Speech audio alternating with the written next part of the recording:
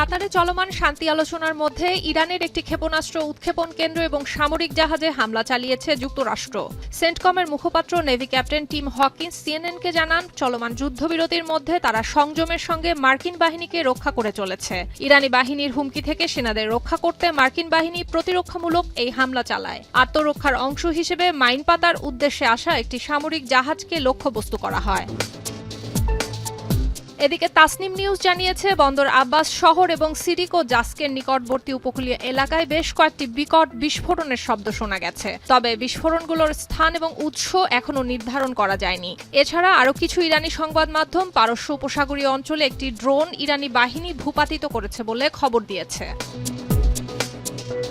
নতুন করে মার্কিন হামলার ঘটনায় ইরানের তরফ থেকে এখনও কোনো প্রতিক্রিয়া আসেনি। তবে যুদ্ধ বন্ধ এবং সম্ভাব্য চুক্তি নিয়ে আলোচনা করতে কাতারে অবস্থান করছেন ইরাকের পররাষ্ট্রমন্ত্রী, স্পিকার, কেন্দ্রীয় ব্যাংকের গভর্নর সহ দেশটির বেশ কয়েকজন শীর্ষ কর্মকর্তা। ইরানি পররাষ্ট্র মন্ত্রণালয়ের মুখপাত্র ইসমাইল বাঘাই জানান, যুক্তরাষ্ট্রের সঙ্গে একটি আংশিক মীমাংসায় সম্মত হলেও চুক্তি নিশ্চিত নয়। هرگز مثل اصلی توی مذاکره نمیبری. آنچه که الان بنا هست این که چنانچه محاصره آمریکایی ها برداشته شد با ترتیباتی که جمهوری اسلامی ایران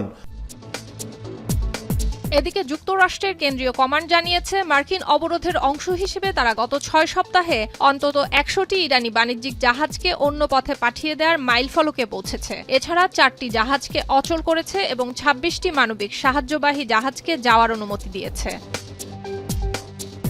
অন্যদিকে রয়টার্স জানিয়েছে, শান্তি চুক্তিতে পৌঁছানোর প্রায় 1 মাস পর হরমুজ প্রণালী খুলে দেওয়ার একটি পরিকল্পনা নিয়ে আলোচনা করছে ইরান যুক্তরাষ্ট্র। নিরাপদে জাহাজ চলাচল নিশ্চিত করতে শান্তি চুক্তির 30 দিনের মধ্যে প্রণালী থেকে মাইন অপসারণের কাজ শুরু করবে তেহরান। সুলতানা দিনা, এখন বিশ্ব।